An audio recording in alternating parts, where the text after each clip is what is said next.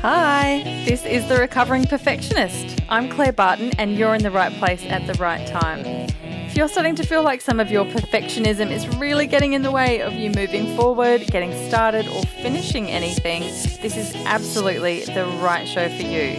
This is rehab for your perfectionism, baby, so grab yourself a glass of wine or a cuppa and let's get stuck into it.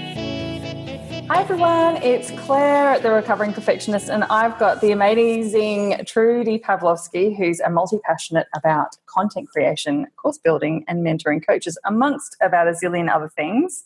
So thank you so much for coming on today, Trudi. I'll hand over to you to do a bit more of an articulate version of who you are and what you do. Well, as we discussed, I'm not modest. I think I'm pretty awesome. Awesome. I think you're pretty awesome too, by the way. Thanks.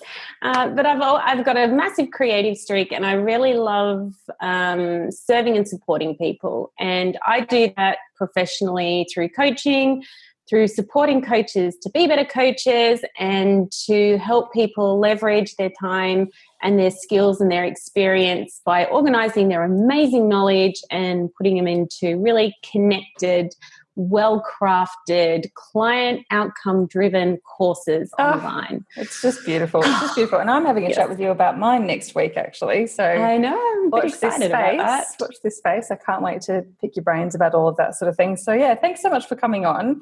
And I'm interested to delve into a little bit about your past before we go into all the other stuff about perfectionism and that sort of thing.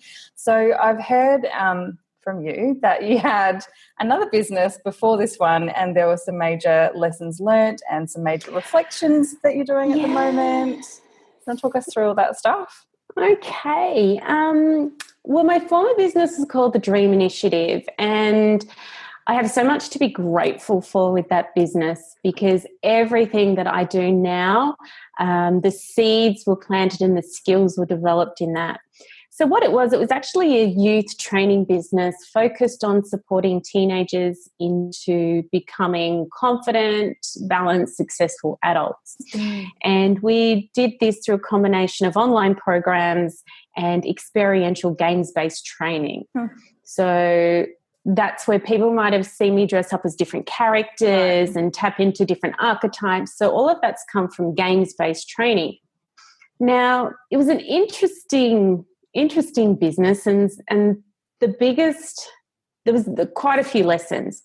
One of the biggest lessons I took from that was getting stuck on following somebody else's model as the only way that you can do your business.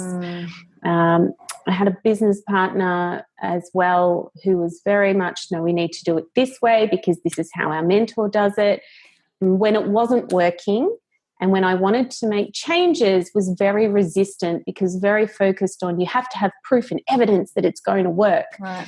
Even though intuitively I knew in my gut and I knew in my heart that if we made some key changes, the business would have been able to thrive. We were also caught in a space of somebody's marketing model that was the only way that you could market. So before I discovered connecting with people, like really connecting with people. You can't do marketing if you're connecting, can you? Oh my gosh, like being human. It was very much a Facebook ads only driven thing where it was get on the phone and sell. And if people didn't buy your programs in the first go, burn them, get rid of them. It was very aggressive. What I look at on reflection, there was some levels of manipulation in that process as well. It was very expensive. In 1 year, we spent $12,000 on Facebook ads. Right. And and also investing in costumes and building games. It was a very expensive business to run. One of the biggest lessons I got was that became a part of my identity, and people were like, you are games-based, you are saving teenagers, you are that person, whereas my business is what I do. It's not who I am. And while I love my business, taking it on board as my identity of who I was made it, when it wasn't working and when the business relationship wasn't working and when everything was falling down and when the blocks to changing it and came up, I still hung on to it. And realistically, that business probably could have been let go 18 months to 2 years sooner, would have potentially saved me a lot of money, a lot of time. I don't regret it because of the skills and everything that I learned from doing it, but not being able to trust your gut, not being able to experiment with processes and evolve, and being very rigid in how it had to play out and how it had to be set up and work, that stopped the growth and really caused a lot of financial stress as well. And in that business, the whole time that I was doing it, I was actually supplementing my income, hosting trivia. I was a retail trainer. I ran some adult training with the games-based training as well. So it's something that I've noticed a lot of people seem to think that after, a year in business, you should be able to be fully self-sufficient and supported. After 8 years in business, this is the first financial year where I haven't had another job. Yay. Being able to relax on the rules and the rigidity that everybody else puts in on, you must have, you should, you have to, this is how it has to be and how it has to play out and look. In the last 14 months, I've created a business that's really starting to thrive now, and I've taken a little bit from column A, a little bit from column B, and I'm trusting my own gut around what I'm actually doing and how things are evolving. Love it. But it's just being able to relax and go, that's not working for me. I'm going to do it this way. Or I'm going to test and measure and see what works and have fun with it. I want to come back to that. I want to come back to the experimentation thing, because I'm a massive believer in that sort of trust the process, but I also agree it has been a process, and I've only got here because I've gone through the process, but I want to come back to that. But first of all, I just want to go back to when you said that your business wasn't you, like it was your business, there was your business and there was you. And this is a really interesting one for me, because there's kind of the two polar opposites of the spectrum of people who are kind of saying, this is me and this is my business and we're separate. And then there's other people at the other end saying, I am my business.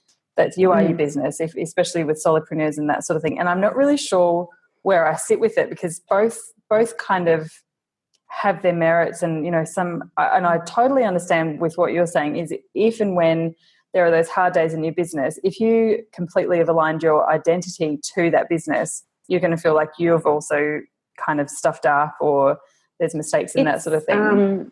For me, when it was at the thing where people were like, you can't stop what you're doing, even though it was detrimental to me financially, it was detrimental to my mental and emotional health.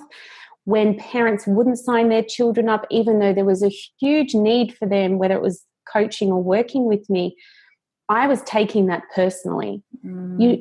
I believe that if you take the results of your business as a personal failure, that's where there's an issue. If you can look at your business and go, okay, this is what I do to make money. It satisfies my soul. I love seeing my client outcomes. I love helping people. But at the end of the day, if I decide that this isn't what I want to do anymore, I can walk away, and that's okay. That's good. But if people come up to me and say, all you are, Trudi, is a course designer. You help people build courses, or you mentor coaches, and that's all you do. When all of a sudden that's this only space in which I can operate, to me that's detrimental, because it blocks the creativity, it blocks the flow, it blocks the ability to experiment and branch out.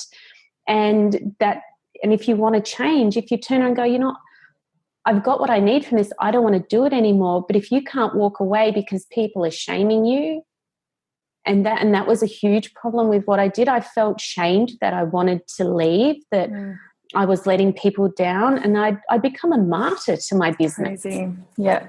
And it's so true of people by who the end of it, I was in at breakdown burnout point, because I was working other jobs. I was scattered all over the place. The rejection of parents not wanting to put their kids in the program because it was I'd identified it, this is who I am. It became so personal. Yeah. That's where I have the concerns about people embodying it as this is all of me. Yeah, right. Yeah. It's a part of who you are and what you do. Yeah. But we have so many levels and so much more to us. Yeah. That's my experience. You know, Beautiful. everyone has their I own definitely sort of agree. thing. And I think we probably culturally kind of get stuck in that thing, whether it's a business or a job or something, that, you know, when you meet a new person, it's one of the first things that you ask and are asked usually. Hi, what's your name? What do you do? Like, that's the thing. But it's not what do you do as a person, it's where do you make your money? That's really what the question is. It's what you do to make money or what you do to fill your time. And there's such a social thing about that, isn't it? Which is a bit disappointing, I guess, in some ways. So, yeah, I really get what you're saying. That's really cool. Yeah, it's awesome. just a perspective. So. Yeah, no, I really like it. I really like it. I totally get it. And so we'll just go back a little bit to the experimentation, because I've been talking a lot about this recently. And I'm also, I guess, like I said, trust the process has been my favorite hashtag for the last 6 months or so, because I've really sort of noticed that, you know, in the first year or so of business, every time there's an up, I'm like, woohoo, I'm winning, this is amazing. And then it's always followed by a really distinct low. And then it's like, oh, I hate my life. I hate my business. This is crap. This isn't working. I'm just going to go and do something else. All that sort of thing. But then, you know, once that happens enough times, you kind of go, oh, okay, that's just the process. That's just what's happened. I'm up here, so I'm going to be down there in a minute, and then I'm going to be up there again, and that's okay. Like, it's just that process, right? But you can't get okay with the identity, I think, around, you know, if you're identifying your work as, you know, oh, I've failed. It's like, I look at it now and I go, okay, well, I've implemented something. It didn't work. So there was something in what I created that didn't work. That doesn't mean that the idea wasn't valid or it doesn't have merit. Maybe I've launched something at the wrong time. Maybe it's the wrong price point. Yeah. I've got the choice now. If something didn't work, maybe I can tweak it, or maybe I can go, I'll put that on the shelf for later, or maybe I'll just like trash it and put it in the bin. Yeah. But I don't sit back now, because it's that whole perfectionist thing going, oh my gosh, will it work? Will it not work? Like, what if I launch it and nobody buys it? Or what if I do this thing? And it's like, because it's that wanting to make it perfect and wanting to know that this thing is going to work because it's who I am, and if it doesn't work, it's personal, it's a rejection. Taking that emotion out of it and loving what I create and loving what I do, but just knowing maybe not everyone else is going to love it. I did a soft launch of a course. Nobody bought it. I'm still going to finish building it because I'm doing it just as much for me as for everyone else. Yeah. But maybe I didn't put enough energy into it, or the timing wasn't right. Like, I'm not going to sit back and go, nobody wants to buy Good Girl stories. Oh, I failed. It's like, I just need to promote it better. Maybe I need to charge more for it because people think at a low end it doesn't have the value. I don't know. But test and measure, see what works, play with it. Like, so true. I've just brought so much more fun back into my work now, my business, and just pulling off those little pressure points that I put on myself. Yeah. And now it's not personal. It's not, oh, that failed. It's like, oh, I'll do something else. Yeah. And I think that's such a big thing. When I think about perfectionism for me, and I think for a lot of people, that it's sometimes perfectionism is not finishing a thing because you're always trying to do more, right? But sometimes it's not getting started because you're not exactly sure what the end product exactly looks like, and how many, like if you use an example of a course, like I want to do a course, but I don't know how many weeks it should be. I don't know what the content should be. I don't know if I should do slides, or if I should do live calls, or if it should be in person, or blah, blah, blah. Like, there's 5 million variables in everything, especially something like an online course.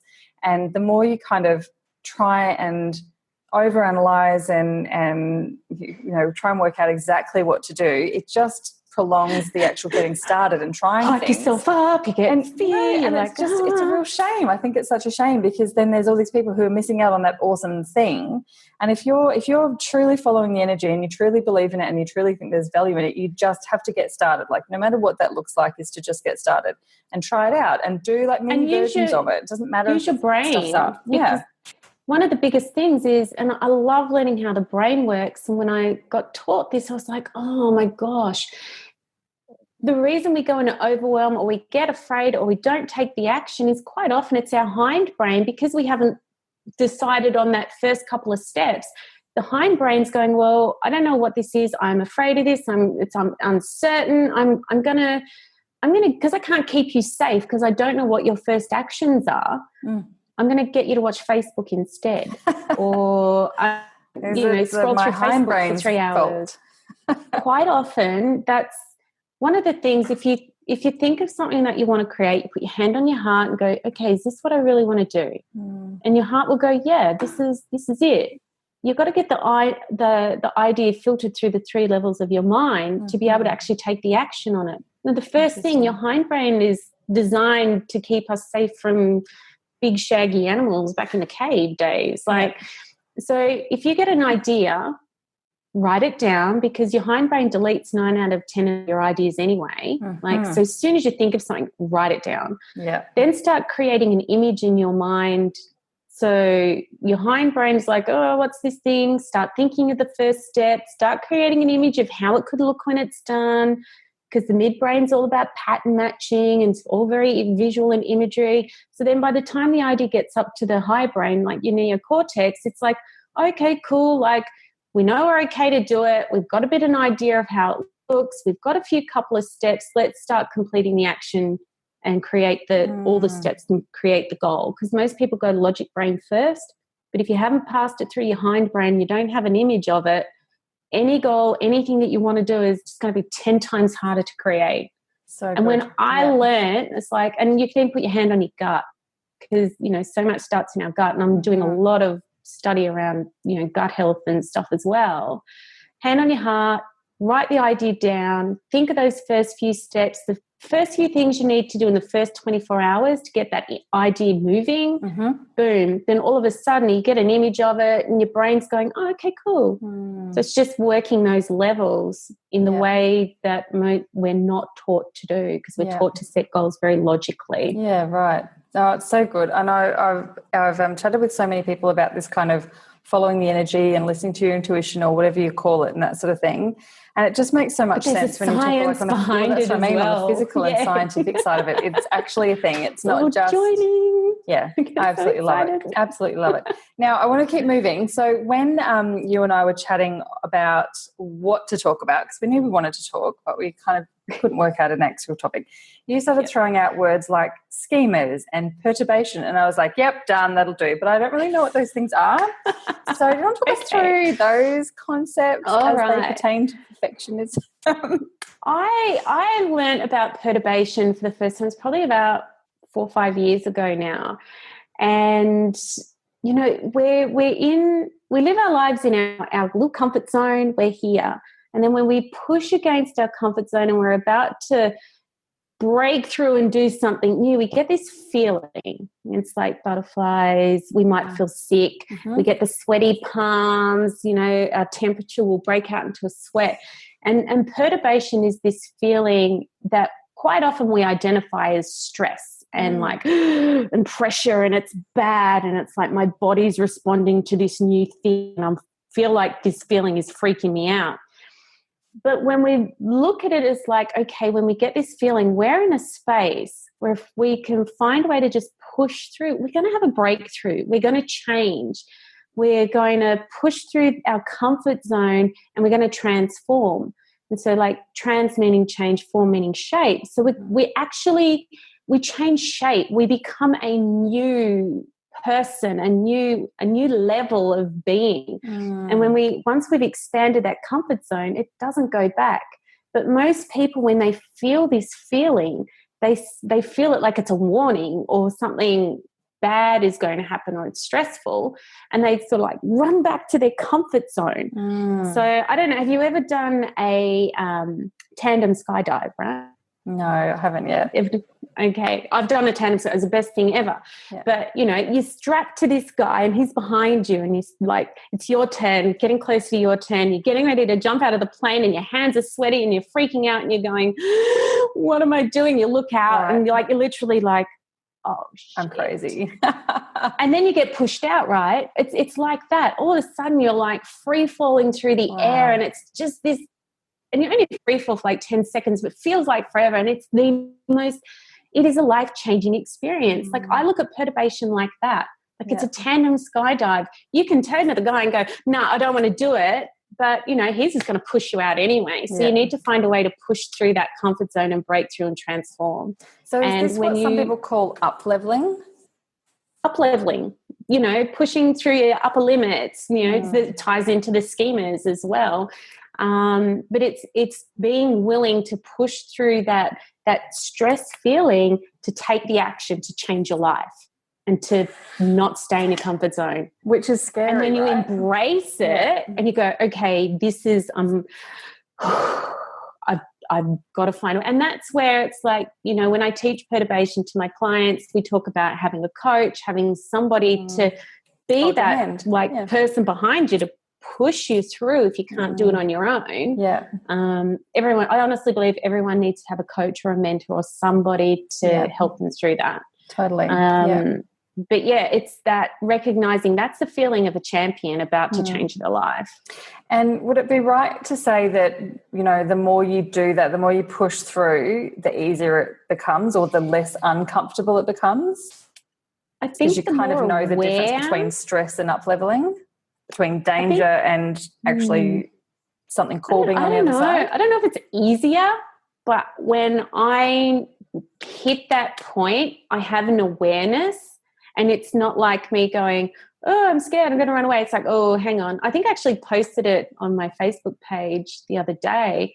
It's like I'm feeling some perturbation. I feel like there's something's changing. I haven't quite identified what it is yet, but I feel like there's an up level about to happen.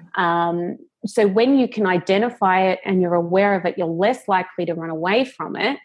Don't know if it makes it easier, but you can, at least you can reach out and get the help and support. Yeah, right. Yeah. And I think, knowledge and awareness is the key to change. Yeah.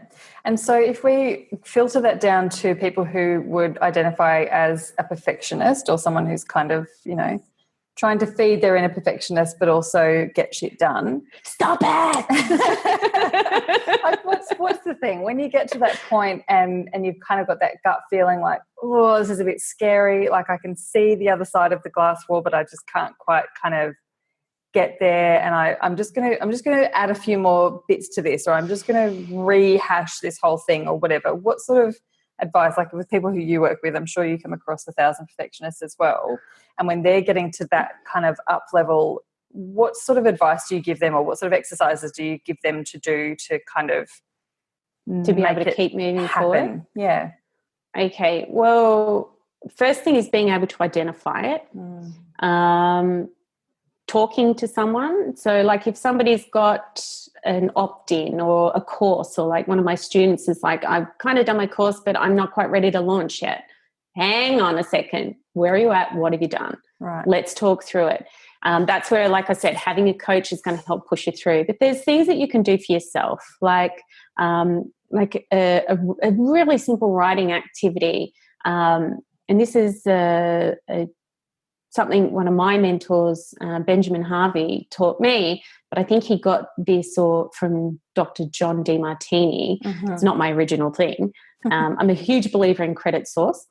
Obviously. But it's write yourself a list before you go to bed of 100 reasons why you deserve to do whatever this thing is that you're holding back on doing. So let's just say it's launching your course.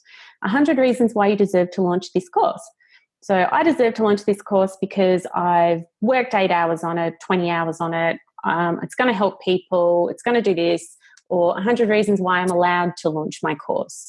So what you're actually doing, and you write this before you go to bed, and you write non-stop. I'm an overachiever sometimes, so I aim sometimes to do 150 things. Yes. But the reason you I know, recovering overachiever. Yeah. But the reason you do that is because what you're actually doing is you're helping rewire the neural pathways in your brain. So you've got this pathway that's going, I don't deserve this, or I'm not allowed to do this, or there's whatever it is that's stopping you. And by writing this and writing nonstop for an hour, you're actually rewiring the pathway, because the hand and head connection, you write until your hand aches. And if you have to write the same reason 100 times, you write it, but you write all of these reasons because you're rewiring your brain to say that you're actually allowed to do it, that it's okay, that you're worthy, that whatever the thing is that you're not doing, why you're actually allowed to do it. And the pain that you get from writing is telling your brain that this is important. It needs to pay attention. And you write for an hour, like 100, 150, minimum of 80, but I always encourage people to do more, just to be sure. And then you read it out loud to yourself. So then you've got the visual, the audio, you feel it, like it's this whole embodiment thing of like the neural pathways, the physical, the cellular, and then you go to sleep and you have that in your brain, in your head when you go to sleep. Then you wake up in the morning and you read that list again, and then you go and take action. Yeah, right. Oh, I love it. I'm going to start doing that. it's so simple, but sometimes it's the simple things that actually can help you the most. Yeah, it doesn't have to be complicated, but then if you need someone to review, get someone to look at what you're doing, and then someone objective, somebody not just the neighbor down the street, but get somebody who knows their stuff. Because if you give something to someone who's not your niche or not trained, and they all of a sudden they're going to give you all their feedback as well, it's just going to spiral you down. That's so helpful. Yeah. Yes. Yeah. I used to do that. I've learnt the hard way. Yes. So yes, that's my take on it. Awesome. No, I really like that tip. I'm definitely going to give that a try. So now tell me about schemas. I don't know that it doesn't look like a totally unfamiliar word, but I have no idea really what it means. So tell me about schemas and how they get triggered and what they hold you back from. So I had a mentor who used to go and see a therapist, and she came back and she shared these with us. And some people know them as upper limits, some people know them as maladaptive schemas, but we'll call them upper limits because that's what most people identify them as. And there's a particular kind of upper limit, and then there's a trigger phrase. So if you say these things to yourself, you know that you're being you have this schema and you need to work through it. So I'll go through them really, really quickly. I do have some ebooks on them that I can share with people if they want to know a little bit more. Yeah, cool. Or read the Big Leap by Gay Hendricks as well. But burden's an upper limit. So you push against this feeling of burden, and if it's I don't want to be a burden on other people, you have a burden schema. If you say that a lot, if you don't ask for help because you don't want to inconvenience anyone, and if you're not asking for help and it's detrimental to your own work, it's an issue that you need to address, because most people are happy to help. People ask me questions, I'm happy to help, but if people don't ask, I can't. We then have disloyalty and abandonment. And a lot of entrepreneurs have to work through this, because if you're saying things to yourself like, I have to conform to the standard of my family, wanting or doing more than what they do, it's a betrayal of them. If you go to family outings and people say to you, oh, well, you've got your own business, you've got heaps of money, or, you work too much in your business, we never see you. Those kinds of things can trigger you to actually shrink in your work. And because unconsciously, we're human. We're designed to be connected in with that family unit. That back in the day, the survival on your own was a lot harder. So we want to stay connected to whether it's our biological family or our friendship circles. One of the biggest things I had when I started my first business, I had no money. So I couldn't go out with my friendship circle, and they all got really aggressive. And I ended up leaving that friendship circle because felt like I was constantly being punished for wanting to follow my dreams. So I don't have a huge disloyalty and abandonment schema. I'm like, I'm just doing my thing, deal with it, or bye, Felicia. Yeah. But a lot of people have that, and there's that push-pull around, how much can I talk about or do, or, I love my mum and she still asks me when I'm getting a job. So, but I still keep doing my thing, So I don't have that schema. Then there's reliance. So if you don't think you can do your business without following everyone else's rules, without checking in with somebody all the time, like where you can't even make a small decision without checking in with someone, you have a reliance schema. That's detrimental to your business, because if you're missing opportunities because you can't make a decision fast, that's going to hurt you. We have fundamentally flawed. Now, most people have some sort of level of this schema. And if you're saying to yourself, there's something wrong with me, I can't do this, what am I doing? Oh my gosh, Like if you're constantly beating yourself up, that's fundamentally flawed. Like if you think that there is something wrong with you, like even if you're like, oh, what am I doing this business for? I can't do this. Like everyone else can do it better. I'm just, that little voice can come in sneakily and undermine us. But when you're aware that it's a schema, like then you're like, oh, hang on, you know what? I can actually do this. I am doing this. Look at how much I've already done. Yeah. I'm just going to do the thing. Then you can work through that. And then the final one, and I am going through these really fast because I am aware of time, there's tension. So if you're tense or you're stressed and you're like, well, I'm uncomfortable with this situation, so everybody else around me has to conform and like support me in this and manage that. Like if tension is having a negative impact on yourself and around people around and your relationships around you, then it's a problem. But if something's going wrong and not working and you're like, and then all of a sudden people are scared to even speak to you, that's going to have an impact as well, especially on your personal relationships. Yeah. And going into tension can also trigger burden or disloyalty or like reliance. And, tension's a big one to be aware of. So like with all my clients, I'm like, if you're not able to manage your stress, all of the other things can kick in. So it's really important to, even if you just meditate for 5 minutes in the morning or 10 minutes and just get used to being in that space, all of a sudden your other schemas, you can step into the moment, the present time, and start managing them. Yeah. And there's other ways to deal with them. But I think, like I said earlier, awareness is the key. And if you find you're not taking action or you feel you have to ask people or you're really doubting yourself or you can't talk about your business to your family and it's potentially impacting your results, being aware of those things is the first step to being able to say, hey, hang on, is this a real situation or am I stepping into a schema because of something that maybe happened in my past and now I've embodied it and taken it on board that this is how all of these situations are. Yeah. So does that make sense? Yeah, it does. And I was just going to say, it sounds like something that's pretty complex and there's lots of facets to it and there's lots of ways that it can show up and kind of like a personality testing, I suppose, or those sorts of things. You kind of need someone who really understands the whole framework of it to kind of guide you through where some of those issues might be for you and that sort of thing. So yeah, it's really interesting. And like you said, it's probably known as lots of different things. And there's probably a bit of overlap, I feel, with inner critics and that sort of thing, like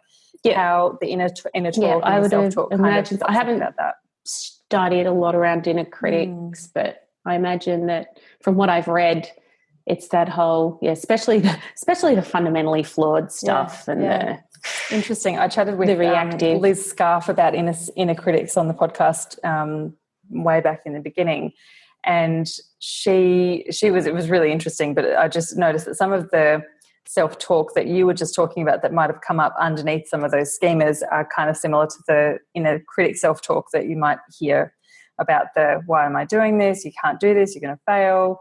You always fail, this sort of thing, like all those kind of different personalities within your inner critic. So it kind of aligned with the schemas. Really interesting.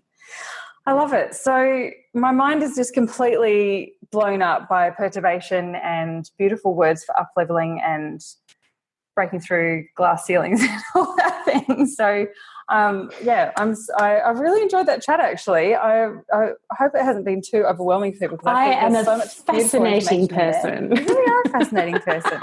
You are a very interesting person. You're a student of life. And there's no fundamentally flawed schema here. You're schmick. I used to not be like that. Did you have it? Though. I used to be the most shyest, modest, can't talk about myself person. But to be online, to share your message, to connect with people, you need to be able to move past those schemas, past the perturbation, past the imperfect fear of taking action if things aren't perfect, because that's how you get seen and get your message out. Exactly. And we need to get our message out. Exactly. And I think if we like filter it right down to the online business world, it's kind of that's the first step that really gets through to whatever the next level is, through that perturbation, I suppose, is that getting visual. And it's the scariest one for so many people about showing their photo, using their name, saying things like I all and the me instead judgment of we that and comes us. with putting a selfie up. And I used to be really scared of my ex seeing what I was doing, my former business partner and my former mentors, because I'm not connected with them at all anymore. And that was my choice, to just totally cut the ties. And for the first six months or so last year, like, I was small. I was playing large in the groups, but on my business page, no. On my, what if they see? And then it was kind of like, so what if they see? Yeah. Who cares? Like, do they actually really care? Like, the people that love me will love what I do, and the people that don't love me will unfollow or block. Exactly. See ya. But it's a process to get there. It is a process. I totally get it. It's a process, even I and went it's through experiment. it, and people are probably a bit surprised because I'm very confident online. But did you say you're an introvert? It's a process, and if I can do it, everyone can do it, because I am by nature an introvert. Yeah, I am too. And I'm the same. Like, I'll say to my friends that I'm an introvert or whatever, and they're like, what? No, you're not, because I'm always talking and I'm always laughing and I'm quite outgoing and I come across quite confidently. But yeah, I'm total introvert. But there's different. But inner circle is very different. It's to when you've got the big wide internet. Exactly. So awesome, fabulous chatting with you. How can people find out more and follow you? We'll obviously put all of your links in show notes. But how can people get in touch with you and find you? I mean, shouldn't be too hard to find you, but probably it's the best place to be. Yeah, I'm pretty much everywhere in groups on Facebook.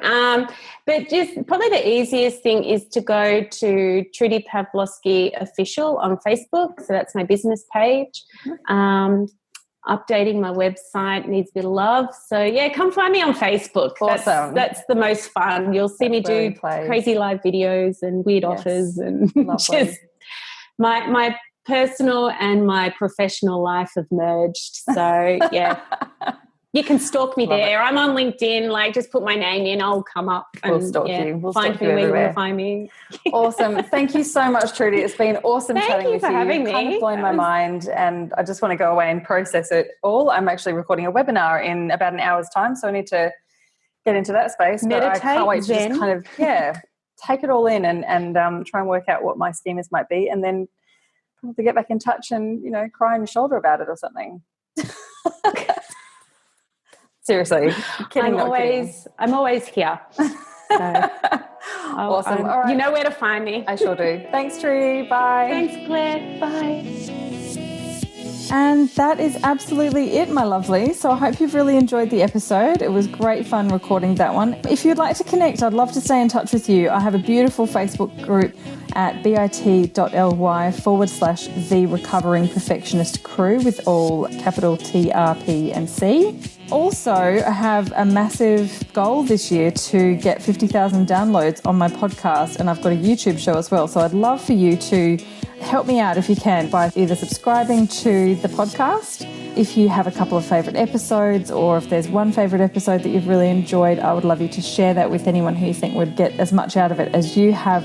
And while you're in iTunes, if you can jump in and give it a review, that would be amazing. The show is also available over on YouTube. The links are always in the show notes, so you can head over there. So it's The Recovering Perfectionist on YouTube. There's a channel for that as well.